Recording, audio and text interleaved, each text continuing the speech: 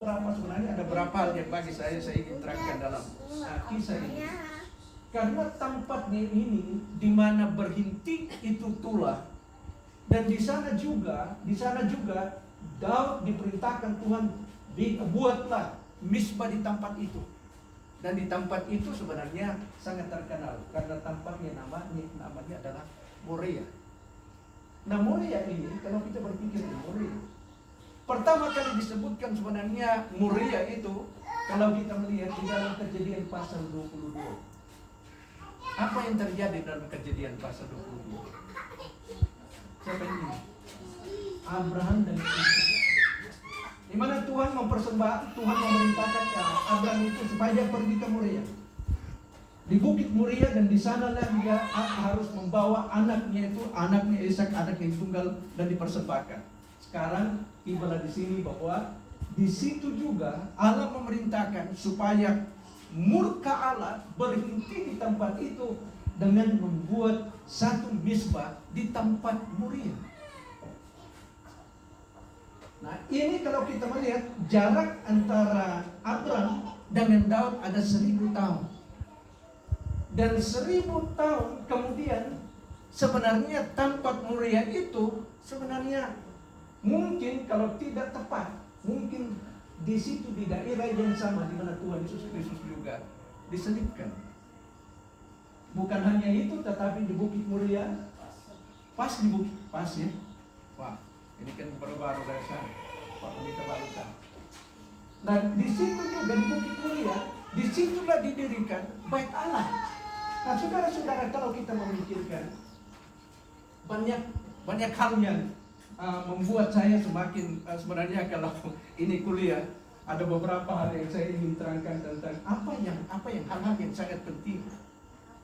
Karena di situ bukan hanya menjadi tempat yang paling bersejarah, tetapi mempunyai bukan hanya bersejarah, tetapi mempunyai arti yang dalam di hadapan Tuhan. Dulunya pada waktu saya melihat bahwa bangsa Israel yang menjadi ibu kota bangsa Israel adalah Tel Aviv. Kami ini yang sudah tua, pada waktu mulai bangsa Israel itu langsung yang dikenal ibu kota adalah Tel Aviv. Tidak pernah kedengaran bahwa ibu kota adalah Yerusalem, tetapi selalu Tel Aviv. Tapi kemudian akhirnya pada 2016 dideklarasikan dan diterima oleh Trump dan oleh Amerika itu dikembalikan Yerusalem itu yang adalah di daerah yang tempat itu yang adalah persembahkan. Dan berikut pada waktu Allah mencurahkan murkanya dan dia memerintahkan kepada Daud supaya di sanalah dia berkata, buatlah misbah di tempat itu di Bukit Moria. Sekitaran 50-an tahun kemudian Salomo membuat suatu tindakan, memutuskan untuk membangun Bait Allah di Bukit Moria. Luar biasa kalau kita berpikir di Bukit Moria. Tetapi yang paling bagi saya yang paling mengesankan ialah pada waktu dikatakan bahwa di Bukit Moria juga disitulah Tuhan Yesus Kristus mati. Di Bukit Moria juga Tuhan Yesus Kristus mati. Nah, saudara-saudara, ada satu ungkapan dikatakan oleh Daud di sini. Pada waktu Arauna dia berkata, Tuhan Rajaku, dia berkata, tidak usah bayar Tuhan Raja. Ini pengirikan kalau bahasa Indonesia mengerti itu pengirikan. Oh, tempat sebenarnya kalau sekarang musim panen, itu kalau musim panen untuk untuk dipisahkan. Dipisahkan padinya, threshing floor ya. Itu kalau binatang itu mereka berputar-putar menginjak-injak itu gandum supaya memisahkan dari daun-daun dan segala macam. Kemudian dengan angin dipisahkan. Tempat di mana sebenarnya itu adalah tempat pengirikan dan yang memisahkan antara kalau dalam bahasa Indonesia itu yang gandum tapi tidak ada isi, sekam. Antara sekam dan juga bijinya. kita mengingat bahwa 1000 tahun kemudian, pada waktu didirikan oleh Daud Misbah di tempat yang sama, juga Tuhan Yesus Kristus mati di tempat yang sama untuk memisahkan antara gandum dengan sekam. Karena di atas kayu salib, kalau kita memikirkan di atas kayu salib, di sanalah, walaupun di sana kalau manusia secara manusia kita akan melihat di situ bahwa di sana hanya sebenarnya sesuatu hal yang sangat mengirikan. Kalau kita melihat di situ adalah, kalau kita melihat adalah murka dari Allah dan murka daripada manusia, tetapi sekaligus juga sebenarnya di situlah dinyatakan kasih daripada Allah. Amen. Sulit kita bisa mengerti bagaimana murkanya itu, murka Allah bisa bersamaan juga dengan kasihnya. Murka manusia, kejahatan daripada manusia, dan sekaligus tempat yang sama di mana Allah bisa menyatakan kasihnya yang paling besar. Mana di situ bisa dipisahkan kebaikan dan kejahatan, kegelapan dan terang, kebenaran dan dusta melalui kematian daripada Tuhan Yesus Kristus. Dan di situ juga dipisahkan antara orang yang binasa dan orang yang akan percaya dan selamat. Tempat yang sama. Tapi ada satu ungkapan, saya sangat terkesan dengan apa yang dikatakan oleh Daud pada waktu Arauna mengatakan, silakan Tuan Raja, tidak usah bayar, ambil semua, sampai ini binatang-binatang yang ada di situ pakai saja dijadikan kurban bakaran. Itu peralatan perkakas yang kayu itu dia juga dipakai untuk menjadi bahan bakar untuk membakar kurban persembahan. Daud itu berkata, dalam bahasa Inggris saya sangat terkesan dengan perkataan daripada Daud, di mana dia berkata, I will not offer anything that costs me nothing. I will not offer anything that costs me nothing. Daud dia berkata, saya tidak akan mempersembahkan sesuatu kepada Tuhan yang tidak aku membayar. Tidak ada harganya. Luar biasa. Saya mulai memikirkan, kalau di dalam kehidupan kita banyak kali memang setiap hari kita membuat sesuatu, setiap kebaktian kita sampai persembahan itu kita dipakai sampai kata yang kita gunakan itu adalah persembahan.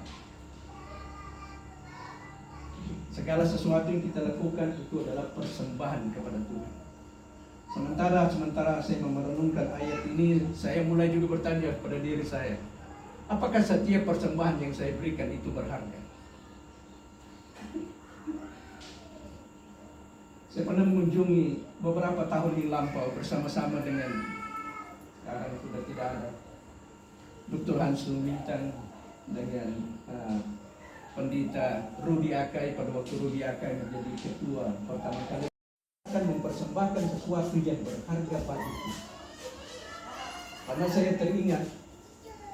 teringat dengan satu keluarga yang sangat sederhana dan kalau bisa dikatakan sampai miskin.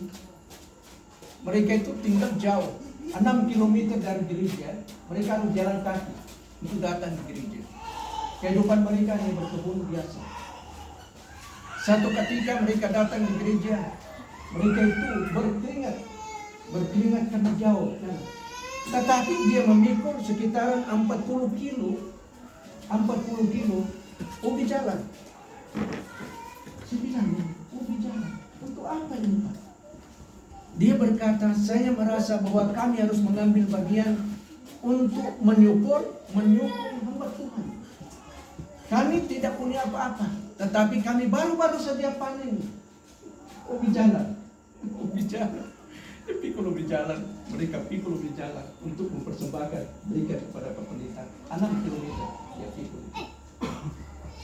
Masih banyak hal yang saya bisa ingatkan, dan satu persatu saya bisa sebutkan bagaimana orang itu yang bisa saya katakan seperti sikapnya Daud, di mana dia berkata, saya tidak mau mempersembahkan sesuatu kepada Tuhan yang saya tidak membayar.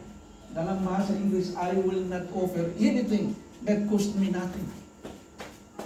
Dan kadang di dalam kehidupan kita memikirkan bagaimana kita melayani Tuhan, bagaimana kita menyembah kepada Tuhan. Menyembah kepada Tuhan itu selalu ada sesuatu yang kita harus korbankan. Kalau kita mengingat seperti kisah yang baru-baru saja kita baca, yang mempunyai sejarah sejak pada zaman Abraham. Pada waktu Abraham diminta supaya dia mempersembahkan anaknya, itu yang paling berharga dan tidak ada yang lebih berharga daripada kehidupan dan daripada keluarganya Abraham, selain daripada anak mereka itu. Tetapi pada waktu Tuhan meminta supaya dipersembahkan anaknya, Abraham itu tidak segan-segan, dia pergi pagi-pagi langsung dia mempersiapkan diri dan dia pergi naik di gunung Moria membawa anaknya. Tetapi di atas gunung itu, di atas gunung Moria, tidak jadi mempersembahkan anak. Tuhan itu berseru dari surga dan berkata, jangan. Dikatakan di situ, the angel of the Lord. Siapa itu the angel of the Lord? Kristus. Ya. Malaikat Tuhan itu banyak kali sebenarnya kalau dalam perjanjian lama itu adalah Tuhan Yesus Kristus. Kristofen. Dalam itu disebutkan Kristofen. Pernyataan Tuhan Yesus Kristus sebelum dia menjadi manusia. Yang berkata, janganlah persembahkan anakmu. Tetapi kalau kita lihat 2000 tahun kemudian, dia sendiri yang dipersembahkan dan tidak ada seorang pun dan tidak ada satu suara pun yang berkata jangan. Ya. Jangan dipersembahkan. Ya. Malah mereka semua berteriak apa? Salibkan. Salibkan dia. Alkitab berkata Allah mempersembahkan anak yang tunggal. Kalau Daud dia berkata, saya tidak akan mempersembahkan sesuatu yang saya tidak membayar, atau I will not offer anything that cost me nothing. Tuhan memberikan persembahan that cost everything, yang mempunyai nilai semua. Yang paling bernilai, persembahan yang paling bernilai, yaitu pengorbanan dari Tuhan. Sekarang kalau kita melihat pergulatan berlangsung sampai sekarang dan masih akan berlangsung. Masih juga menurut Alkitab masih ada pergulatan, masih ada peperangan yang jauh lebih hebat daripada itu nanti. Selama manusia itu tidak memilih persembahan yang sudah dipersembahkan oleh Allah sendiri di Bukit Moria. Ya. Selama manusia itu, selama Yerusalem, selama bangsa Israel, selama dunia ini tidak menerima sebenarnya pengorbanan daripada Tuhan Yesus Kristus di Bukit Moria itu, tidak akan ada damai. Tulah itu tidak akan berhenti. Kalau pada zaman Daud dia berhenti karena ada satu persembahan kurban persembahan binatang, tetapi tulah yang menjalar, yang kita semua karena hanya bisa berhenti karena pengorbanan daripada Tuhan Yesus Kristus di atas kayu salib, di atas Moria.